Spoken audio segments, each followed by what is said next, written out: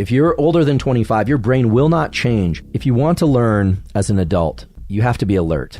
So don't give up that period of time for things that are meaningless, useless, or not aligned with your goals. Closing the eyes is one of the best ways to create a cone of auditory attention. You should master your sleep schedule. How do you increase focus? The best way to get better at focusing is... Most people are familiar with the word neuroplasticity, which is the brain and nervous system's ability to change itself. All of us were born with a nervous system that isn't just capable of change, but was designed to change. When we enter the world, our nervous system is primed for learning.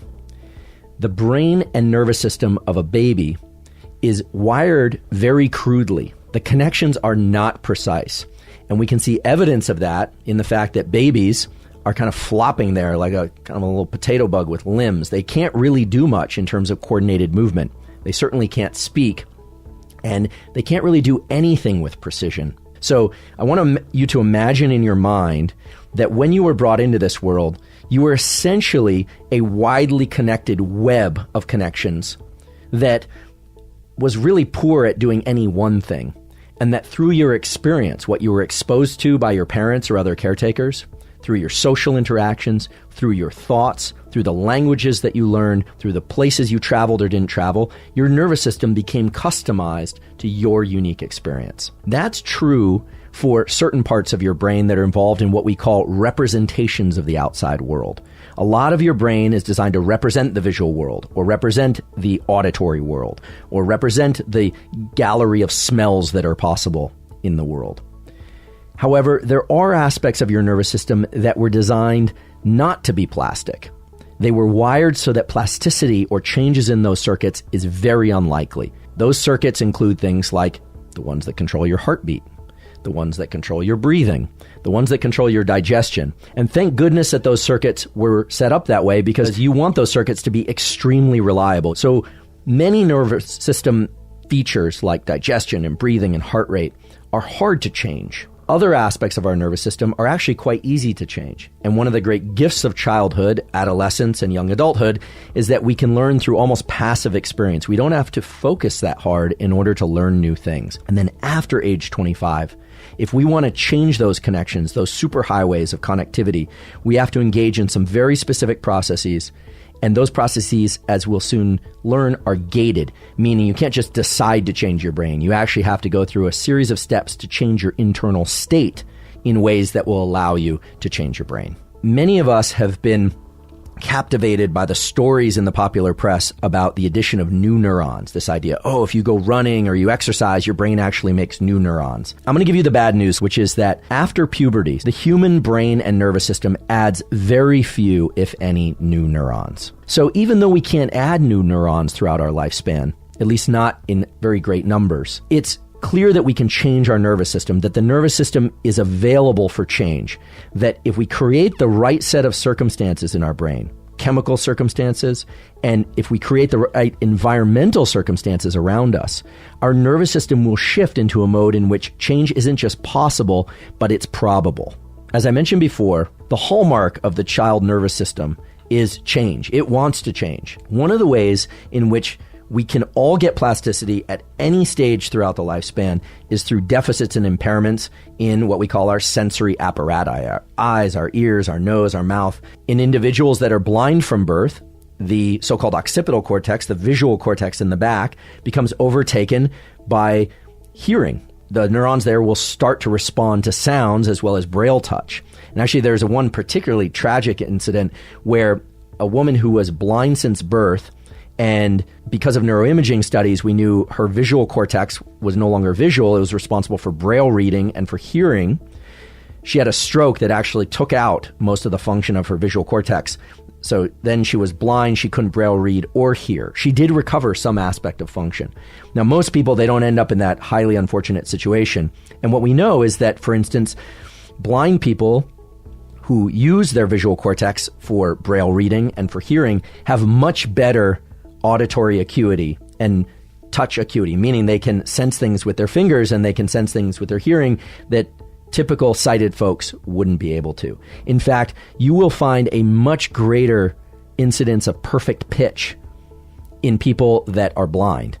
And that tells us that the brain, and in particular this area we call the neocortex, which is the outer part, is really designed to be a map of our own individual experience. So these, what I call experiments of impairment or loss, where somebody is blind from birth or deaf from birth, or maybe has a limb development impairment where they have a stump instead of an entire limb with a functioning hand, their brain will represent the body plan that they have, not some other body plan.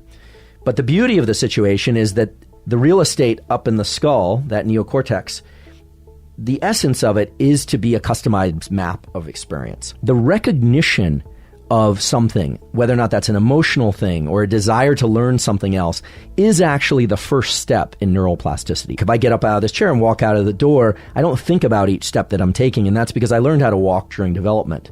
But when we decide that we're going to shift some sort of behavior or some reaction or some new piece of information that we want to learn, is something that we want to bring into our consciousness, that awareness is a remarkable thing because it cues the brain and the rest of the nervous system that when we engage in those reflexive actions going forward, that those reflexive actions are no longer fated to be reflexive. Now, if this sounds a little bit abstract, we're going to talk about protocols for how to do this.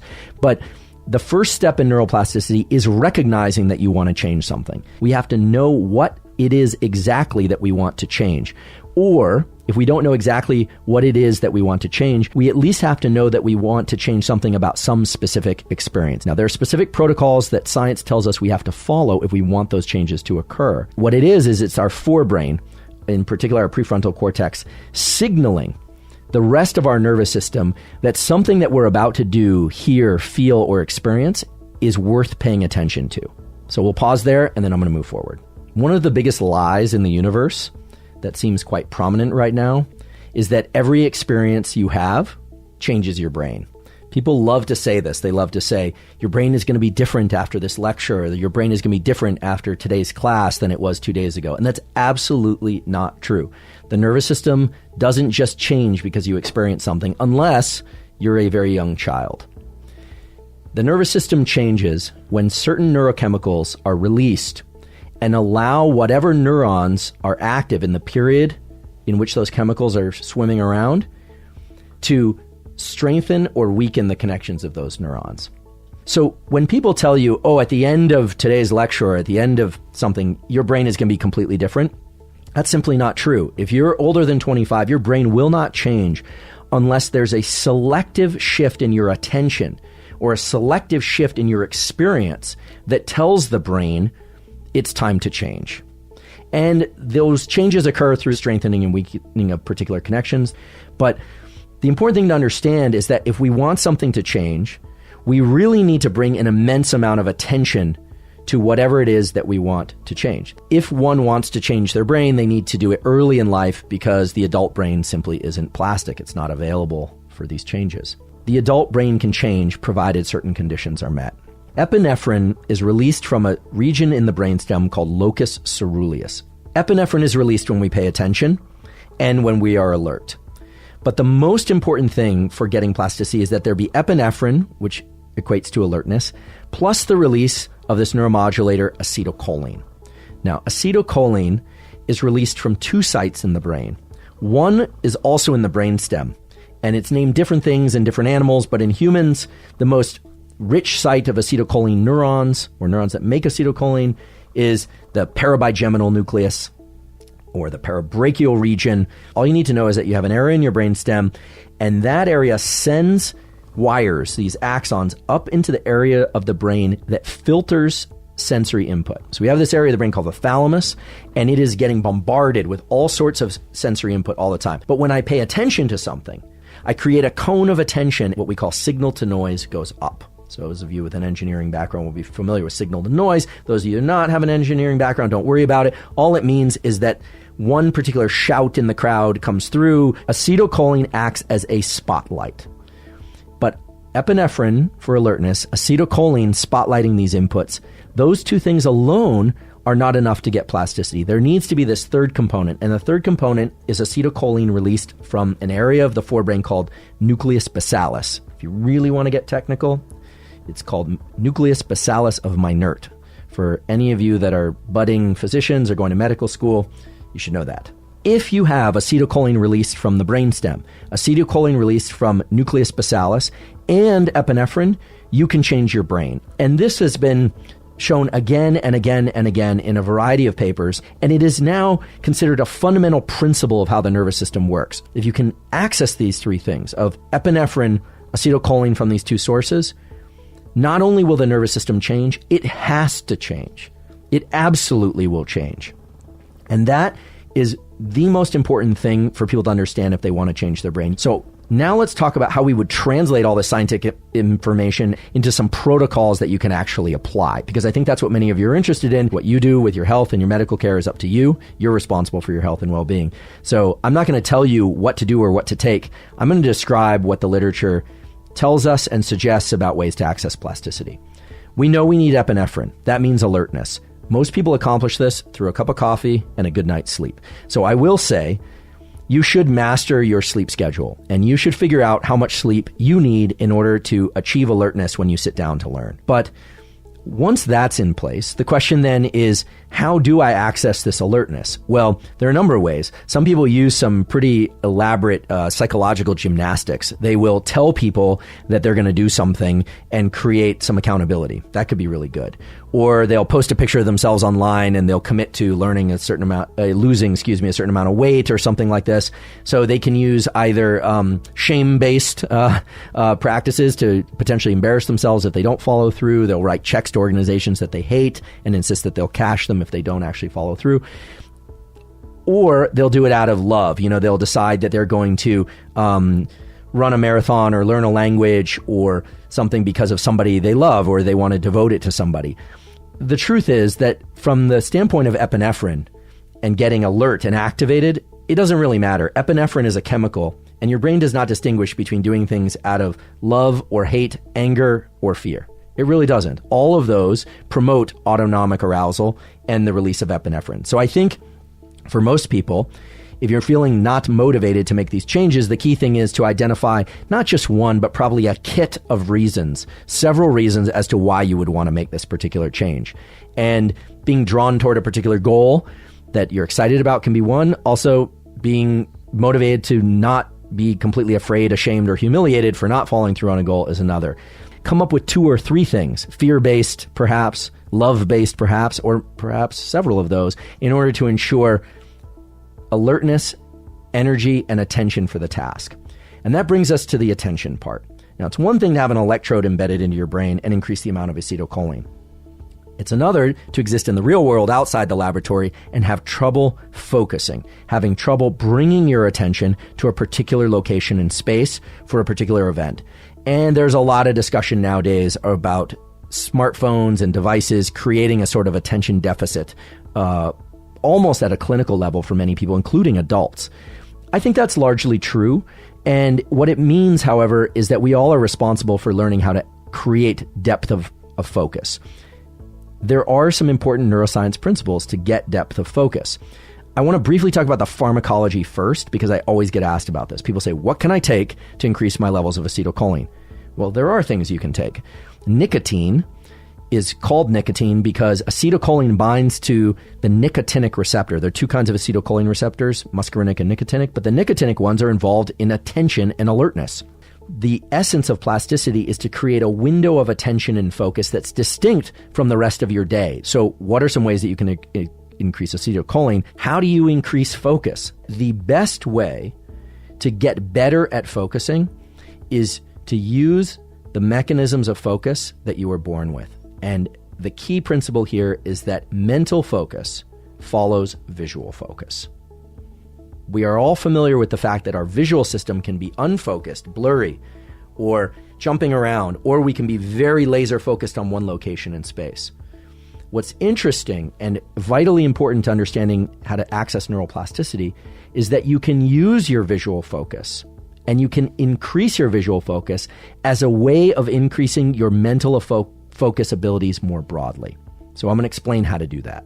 Plasticity starts with alertness. That alertness can come from a sense of love, a sense of joy, a sense of fear, doesn't matter.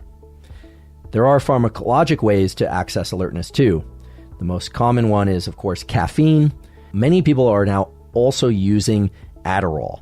Adderall will not increase focus, it increases alertness. It does not touch the acetylcholine system. The acetylcholine system and the focus that it brings is available, as I mentioned, through pharmacology, but also through these behavioral practices. And the behavioral practices that are anchored in visual focus are going to be the ones that are going to allow you to develop great depth and duration of focus. So let's think about visual focus for a second. When we focus on something visually, we have two options. We can either look at a very small region of space with a lot of detail and a lot of precision, or we can dilate our gaze and we can see big pieces of visual space with very little detail. It's a trade-off. We can't look at everything at high resolution. This is why we have these, the pupil more or less relates to the fovea of the eye, which is the area in which we have the most receptors, the highest density of receptors that perceive light. And so our acuity is much better in the center of our visual field than in our periphery. When we focus our eyes, we do a couple things. First of all, we tend to do that in the center of our visual field, and our two eyes tend to align in what's called a vergence eye movement towards a common point. The other thing that happens is the lens of our eye moves so that our brain now no longer sees the entire visual world, but is seeing a small cone of visual imagery. That small cone of visual imagery, or soda straw view of the world, has much higher acuity, higher resolution than if I were to look at everything. Now you say, of course, this makes perfect sense, but that's about visual attention, not mental attention. Well, it turns out that focus in the brain is anchored to our visual system. I'll talk about blind people in a moment, but assuming that somebody is sighted, the key is to learn how to focus better visually if you want to bring about higher levels of cognitive or mental focus. When we move our eyes slightly inward, maybe you can tell that I'm doing it like so, basically shortening or making the interpupillary distance, as it's called, smaller, two things happen. Not only do we develop a smaller visual window into the world, but we activate a set of neurons in our brainstem that trigger the release of both norepinephrine, epinephrine, and acetylcholine. Norepinephrine is kind of similar to epinephrine. So in other words, when our eyes are relaxed in our head, when we're just kind of looking at our entire visual environment, moving our head around, moving through space, we're in optic flow, things moving past us, or we're sitting still, we're looking broadly at our space, we're relaxed. When our eyes move slightly inward toward a particular visual target, our visual world shrinks, our level of visual focus goes up, and we know that this relates to the release of acetylcholine and epinephrine at the relevant sites in the brain for plasticity. Now, what this means is that if you have a hard time focusing your mind for sake of reading or for listening, you need to practice, and you can practice, focusing your visual system. Now, this works best if you practice focusing your visual system at the precise distance from the work that you intend to do for sake of plasticity. So how would this look in the real world? Let's say I am trying to concentrate on something related to, science. I'm reading a science paper and I'm having a hard time. It's not absorbing. Spending just 60 to 120 seconds focusing my visual attention on a small window of my screen, meaning just on my screen with nothing on it, but bringing my eyes to that particular location increases not just my visual acuity for that location, but it brings about an increase in activity in a bunch of other brain areas that are associated with gathering information from this location. So, put simply, if you want to improve your ability to focus, practice visual focus. Now, you may ask, well, what about the experiment where people were feeling this rotating drum or listening to the auditory cue? That doesn't involve vision at all. If you look at people who are learning things with their auditory system, they will often close their eyes, and that's not a coincidence. If somebody is listening very hard, please don't ask them to look you directly in the eye while also asking that they listen to you. That's actually one of the worst ways to get somebody to listen to you. If you say, now listen to me and look me in the eye, the visual system will take over and they'll see your mouth move, but they're going to hear their thoughts more than they're going to hear what you're saying. Closing the eyes is one of the best ways to create a cone of auditory attention, and this is what low vision or no vision folks do. They have tremendous capacity to focus their attention in particular locations. And for most people, vision is the primary way to train up this focus ability in these cones of attention. So you absolutely have to focus on the thing that you're trying to learn. And you will feel some agitation because of the epinephrine in your system. If you're feeling agitation and it's challenging to focus and you're feeling like you're not doing it right, chances are you're doing it right. So once you get this epinephrine, this alertness, you get the acetylcholine released and you can focus your attention, then the question is for how long? And in an earlier podcast, I talked about these ultradian cycles that last about 90 minutes. The typical learning bout should be about 90 minutes. I think that learning bout will no doubt include 5 to 10 minutes of warm-up period. I think everyone should give themselves permission to not be fully focused in the early part of that bout, but that in the middle of that bout, for the middle hour or so, you should be able to maintain focus for about an hour or so. So that, for me, means eliminating distractions. That means turning off the Wi-Fi. I put my phone in the other room. I encourage you to try experiencing what it is to be completely immersed in an activity where you feel the agitation that your attention is drifting, but you continually bring it back. And that's an important point, which is that attention drifts, but we have to re-anchor it. We have to keep grabbing it back. And the way to do that, if you're sighted, is with your eyes. That as your attention drifts and you look away, you want to try and literally maintain visual focus on the thing that you're trying to learn. That's the trigger for plasticity. But the real secret is that neuroplasticity doesn't occur during wakefulness. It occurs during sleep. We now know that if you focus very hard on something for about 90 minutes or so, maybe you even do several bouts of that per day, if you can do that. Some people can only do one focus bout of learning. That night and the following nights while you sleep, the neural circuits that were highlighted, if you will, with acetylcholine transmission will strengthen and other ones will be lost, which is wonderful because that's the essence of plasticity. And what it means is that when you eventually wake up a couple days or a week later, you will have acquired the knowledge forever, unless you go through some process to actively unlearn it. So mastering sleep is key in order to reinforce the learning that occurs. But let's say you get a really poor night of sleep after a bout of learning. Chances are, if you sleep the next night or the following night, that learning will occur. There's a stamp in the brain where this acetylcholine was released. It actually marks those synapses neurochemically and metabolically so that those synapses are more biased to change. Now, if you don't ever get that deep sleep, then you probably won't get those changes. There's also a way in which you can bypass the need for deep sleep, at least partially, by engaging in what I call non-sleep deep rest, these NSDR protocols. But I just want to discuss the science of this. There was a paper that was published in Cell Reports last year that shows that if people did, it was a spatial memory task, actually a quite difficult one, where they had to remember the sequence of lights lighting up. And if there are just 2 or 3 lights in a particular sequence, it's easy. But as you get up to 15 or 16 lights and numbers in the sequence, it actually gets quite challenging. If immediately after, and it was immediately after the learning, the actual performance of this task, people took a 20-minute non-sleep deep rest protocol or took a shallow nap, so lying down, feet slightly elevated perhaps, just closing their eyes, no sensory input, the rates of learning were significantly higher for that information than were to just had a good night's sleep the following night. So you can actually accelerate learning with these NSDR protocols or with brief naps, 90 minutes or less.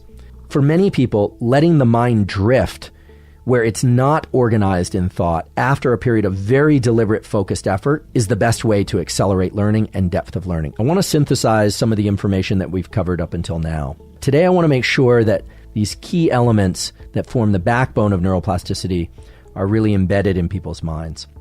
First of all, plasticity occurs throughout the lifespan. If you want to learn as an adult, you have to be alert. It might seem so obvious, but I think a lot of people don't think about when in their 24-hour cycle they're most alert. Just ask yourself, when during the day do you typically tend to be most alert? That will afford you an advantage in learning specific things during that period of time. So don't give up that period of time for things that are meaningless, useless, or not aligned with your goals. That epinephrine released from your brainstem is going to occur more readily at particular phases of your 24-hour cycle than others, during the waking phase, of course. You should know when those are. Increasing acetylcholine can be accomplished pharmacologically through nicotine. However, There are certain dangers for many people to do that, as well as a cost, financial cost. Learning how to engage the cholinergic system through the use of the visual system. Practicing how long can you maintain focus with blinks as you need them, but how long can you maintain visual focus on a target just on a piece of paper set a few feet away in the room or at the level of your computer screen? These are actually things that people do in communities where high levels of visual focus are necessary. What we're really talking about here is trying to harness the mechanisms of attention and get better at paying attention. You may want to do that with your auditory system, not with your visual system, either because you're low vision or no vision, or because you're trying to learn something that relates more to sounds. You should also ask yourself whether or not you're trying to focus too much for too long during the day. I know some very high-performing individuals, very high-performing in a variety of contexts, and none of them are focused all day long. Many of them take walks down the hallway, sometimes mumbling to themselves or not paying attention to anything else. They go for bike rides, they take walks. They are not trying to engage their mind at maximum focus all the time. Very few people do that because we learn best in these 90-minute bouts inside of one of these ultradian cycles. And I should repeat again that within that 90-minute cycle, you should not expect yourself to focus for the entire period of one 90-minute cycle. The beginning and end are going to be a little bit flickering in and out of focus. How do you know when one of these 90-minute cycles is starting? Well, typically when you wake up is the beginning of the first 90-minute cycle, but it's not down to the minute. You'll be able to tap into your sense of these 90-minute cycles as you start to engage in these learning practices, should you choose. And then, of course, getting some non-sleep deep rest or just deliberate disengagement, such as walking or running or just sitting, eyes closed or eyes open, kind of mindlessly, it might seem, in a chair, just letting your thoughts move around after a learning bout will accelerate the rate of plasticity. And then, of course, deep sleep. Many of you have very graciously asked how you can help support. Best way to do that is to subscribe on YouTube. You might want to also hit the notification button so that you don't miss any upcoming episodes. Leave a comment. It's always helpful if you recommend the podcast to your friends and family and others who you think might benefit from the information.